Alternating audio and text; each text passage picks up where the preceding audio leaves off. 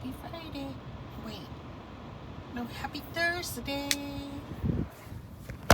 90 degrees. And it's 10:31.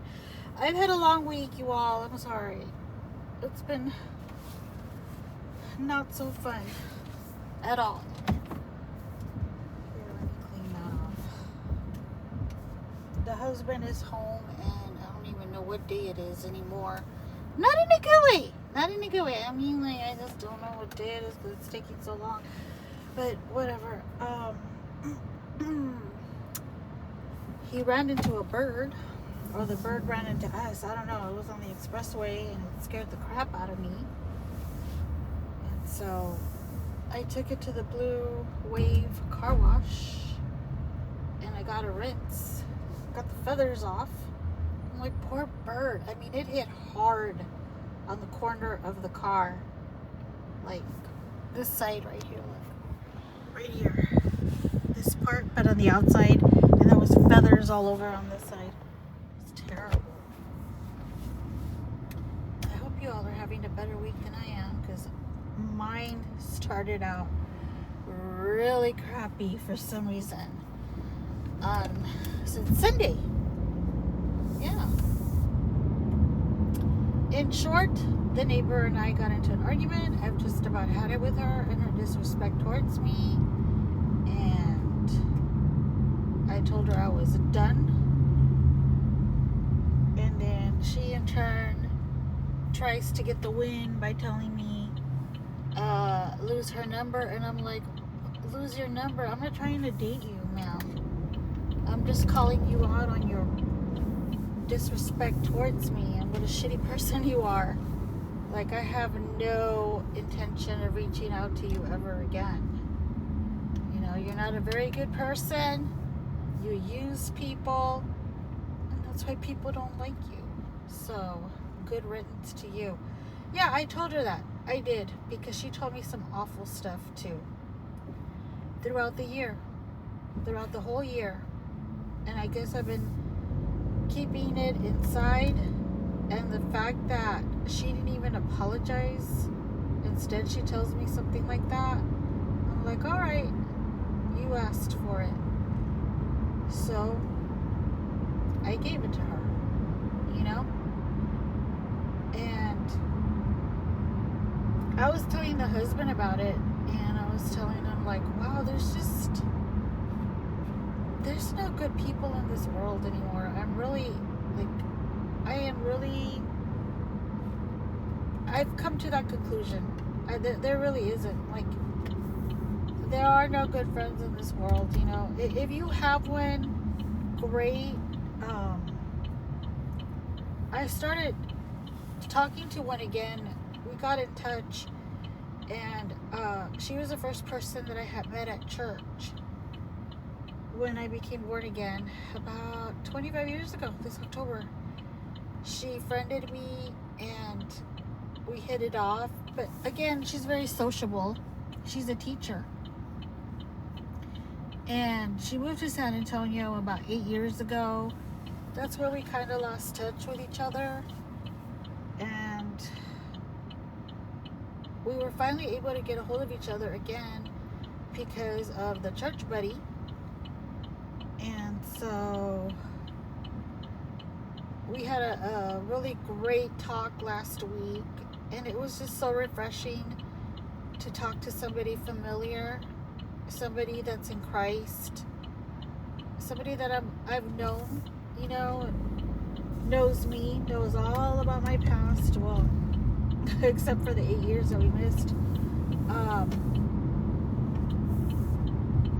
But it was just good to finally, you know, to be able to connect with someone that's a believer, and we were able to speak good things into each other's lives.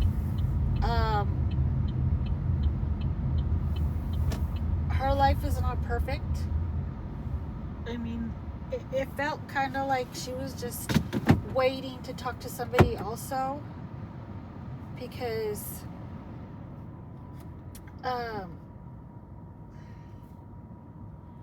she had a lot of things to get off her chest that was going on with her family, with her kids, one in particular. And I was there for it. I was like, you know, she was asking for prayer, and I said, you got it, I will pray, you know. And one of the kids actually lives here in my area still. I thought he had moved to San Antonio with her. Her daughter lives in, where did she say her daughter lived? I forgot. Somewhere near Dallas or in Dallas. And her daughter has a baby now, a 1-year-old. And I was like, what? Like, what? And that's just so great. That's so great to hear, you know. Her son is the one that's not having such a great life, and he has 3 kids. But, you know, I'm not going to go into detail, but yeah, it was just, I can't even begin to explain how great it was to finally connect with someone where I didn't even have to try, and I didn't have to accept being treated like crap either, you know. And with the neighbor, I felt like she would say the ugliest things to me and never apologize for it. She was basically like your high school bully. And when she said for me to lose her number, she immediately reminded me of that again. And I was like, well, you know, we're not in high school. I'm sorry, those years are over for you. You are my age now, and if you can't have a civil adult conversation with me, and that is the way you're going to deal with something you did wrong, and rather than own up to it and apologize for it, you're going to say something like that, you know, like, I don't need you in my life, you know. Oh, and she also called me negative. She's like, I don't want your negativity in my life. Lose my number. And I was like, you don't want my negativity? Ma'am, all those times you came to my door, you would unload on me about everybody you had a problem with, including your mother. You had a problem with your mom. You had a problem with another neighbor. You had a problem with that neighbor that just moved in. You had a problem with a cat that had kittens. Yeah, and I'm not joking, you all. She did. You had a problem with the birds. The new home that you got, you had a problem with the freaking parrots. You know, it's just like, but you're calling me negative. Like, just projecting. There's no other word to describe her, but just, she projected on me. And I was talking to my therapist today about that, and I was like, I'm just so shocked that there are still people like her in this world. And trust me, I know another one that's very close to me.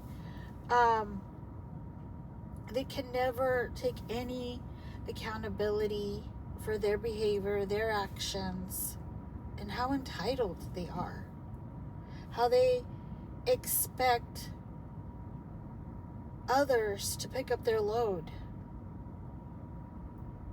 without even knowing them, just expecting them to do it because it's you, you know. And I've just never met people like that in my life until I got into my adulthood, you know. And at this age too. Actually, no. It was when I was 40. When I turned 40, that's when I met the first people that were like that. And people have just gotten worse in my eyes through the years. Like, there's just no respect, no empathy, no genuineness, I guess. Is that a word?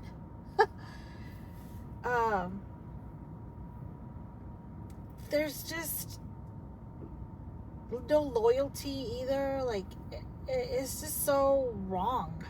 Everybody is so selfish. Not everybody, but you all know what I mean.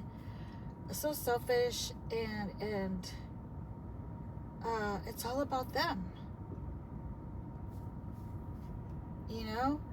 And understand why I'm upset with this neighbor, because when she lived on the other corner of me, they're at the same apartments, she would come over unannounced. And there was never a time that I didn't open my door to her. I mean, I have a Ring camera. I could have been like, not answer her and just, you know, just tell her, I'm not home right now. But my car was right there, so I couldn't lie, you know. But I was never rude to her. I invited this person in despite of the rumors about her. And those rumors about her were not nice. And I would feed this lady. She would ask me for food, not because she was like, yes, she was hungry, but not because she was in need. She just didn't feel like cooking for herself, you know, and she saw that I made something, and so she would ask me for some. I was more than happy to share with her. Like, I showed her hospitality, you know, and I tried to be that good Christian and show grace despite of the ugly things that she would do to me. I mean, one example is one time that she had stopped by. We were walking outside with her dog. We were talking. Her dog went poop. And she's like, can you pick that up? And I looked at her like, no, ma'am. If you don't have a doggy bag, I'll go get an HEB bag and hand it to you. But this is your dog. And she's like, I know, but I don't feel like doing it.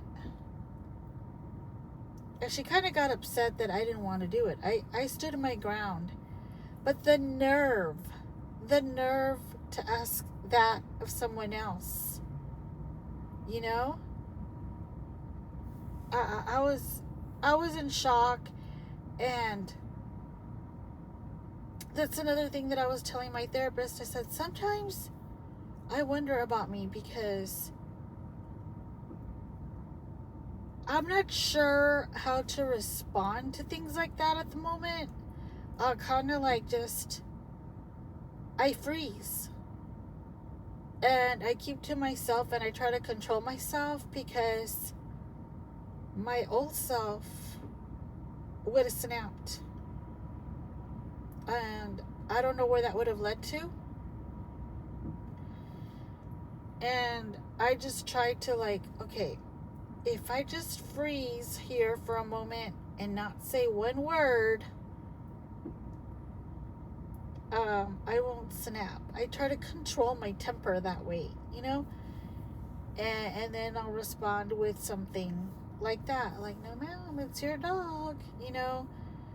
I feel like that's a nicer way to say it. You know what I mean? Like, I try to look for a nicer way to reject that. But inside, I am steaming. Trust me. You know?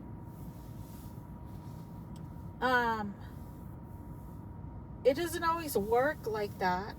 But because I will snap. Like, if the person keeps poking at me and poking at me and poking at me and just trying to get that out of me, eventually that monster will come out, and I will start yelling back, you know? But for the most part, I try not to, because I'm aware of my own strength, for one. I'm aware of my own temper. And as much as it may seem that I'm not willing to defend myself, or I'm afraid of you, trust me, I'm not. I have been through a lot in my life, and I'm not afraid of anything. You know, I'll tell you right now, the apartments that I used to live at, I used to answer the door with a knife in my hand, right behind my back, because I didn't know who that person was. And I was like, yes. And I would stand behind the door with that knife behind my back. I always had a knife on me, even in my car. In fact, when I traded cars, it stayed in that car over there. I don't have one in this car. But, yeah, you know, thing is that I'm just trying to be a better person. I'm trying to control myself. I'm trying to control my temper, you know, so a lot of people will mistake that for weakness, right? Like, they mistake kindness for weakness. But it's not. It's really saving myself from the cops, and it's saving you from getting hurt. That's what it really is, you know, when it comes down to it. I'm not trying to sound like Miss Tough Guy over here either, you know. But I'm just saying, I know what I'm capable of. I have 2 kids, 2 boys. One of them has the good side of me, which is so weird. The one I'm waiting for right now, he's just all about love, love, love, and kindness, and art, and poetry, and guitar playing, and singing, and so calm and collective, and, you know, he'll use his wits to get in a conversation, and the other one is just totally ballistic, psychotic, been in prison. Yeah. I've never been in prison. I think now at my age, I wouldn't make it in prison. Maybe when I was younger, yeah, but not now. I definitely don't want to be anybody's girlfriend, but anyway, let's not get off topic. I don't even want to think about that. But yeah, I'm just really disappointed because I gave this person the benefit of the doubt, the neighbor, you know. I gave her a chance, I gave her grace, everything, you name it, I did that. And for her to turn around and just do this, say something like that, it's just, wow, you are a very cold person. And see,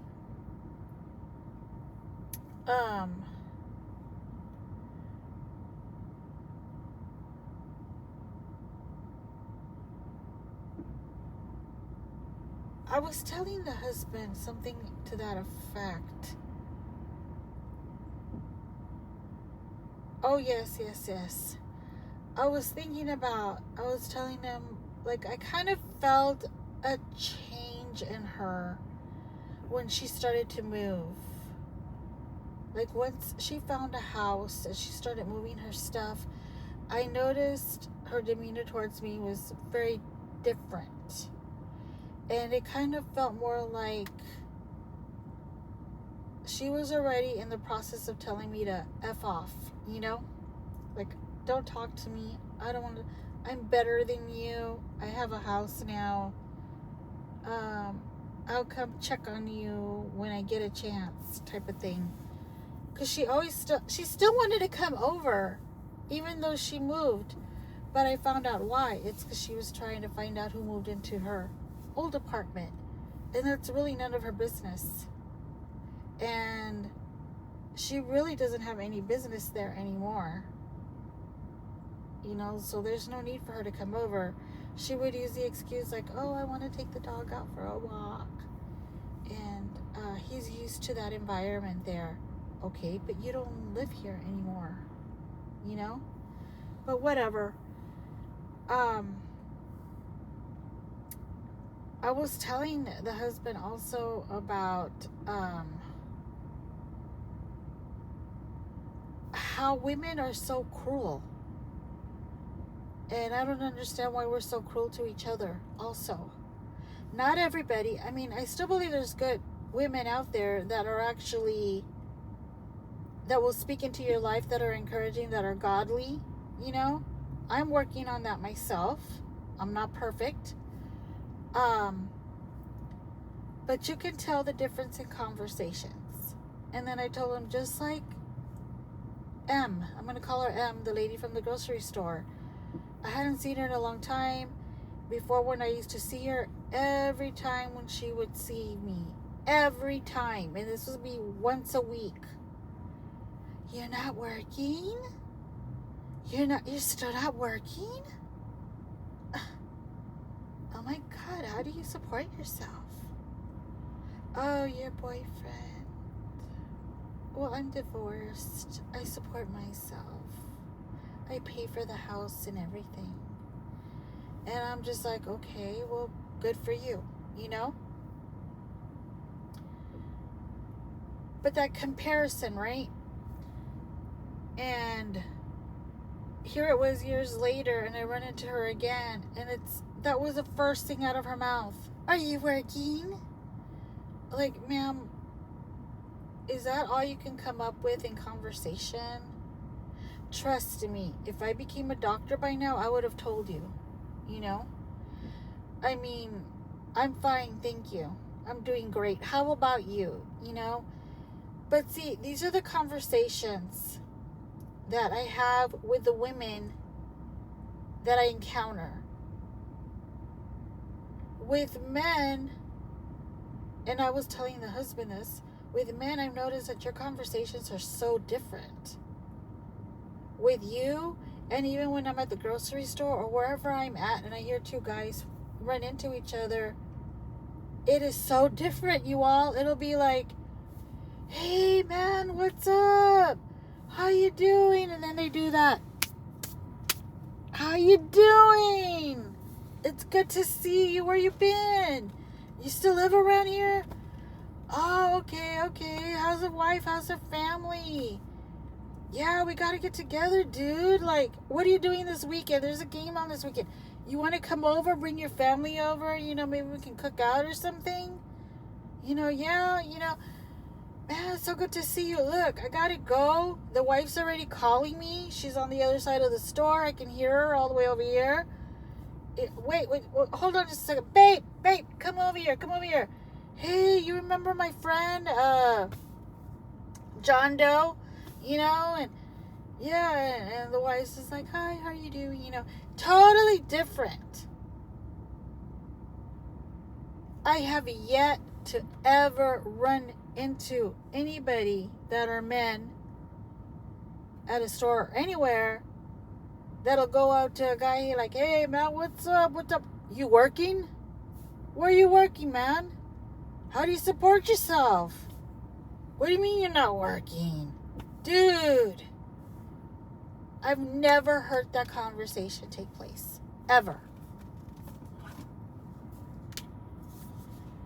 So why are women so nosy? I could understand if you are friends and you haven't spoken in a while, like my friend from San Antonio, and even then, she didn't even ask me that. That wasn't the first thing out of her mouth. But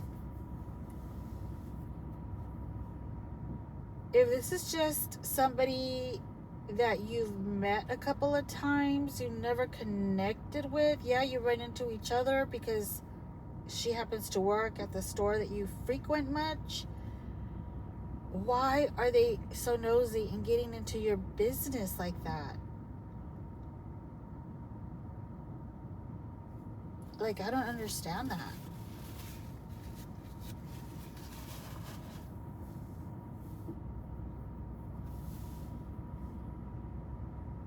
It is just so weird to me.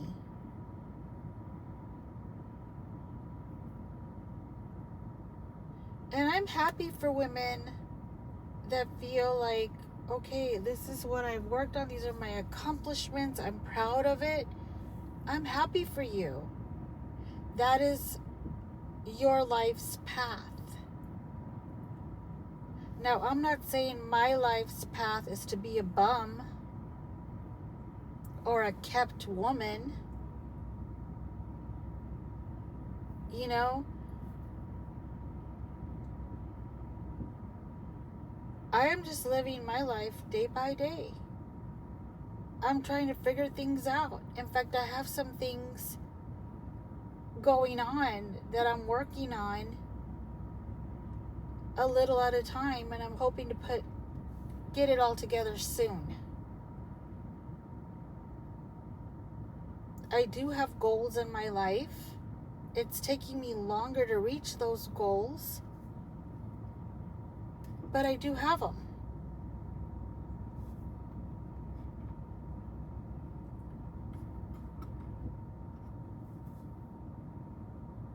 It's just so weird to me that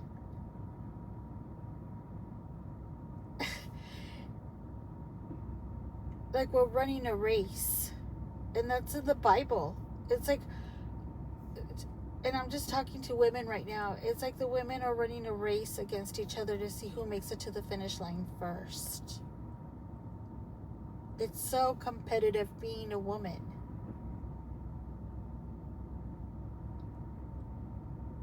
As if we didn't have enough to deal with, you know?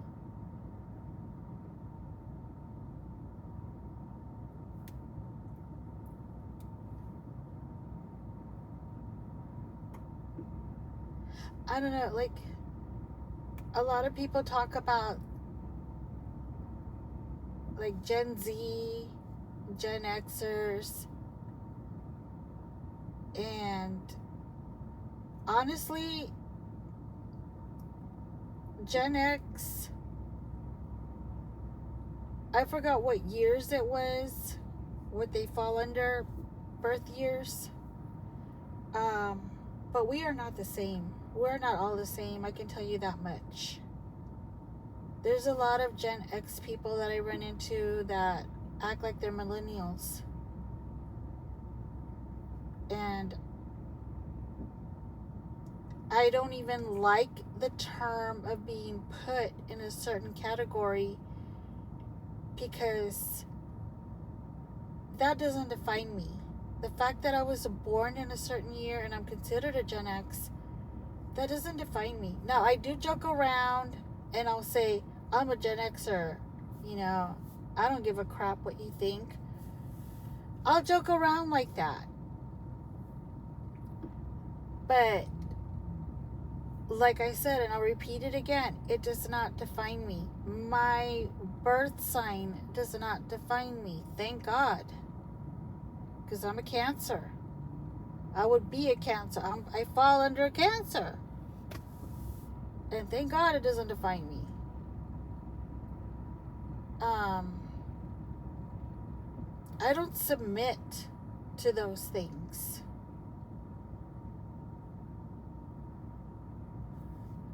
And I'm just so shocked about how so many women will submit to the world just to fit in.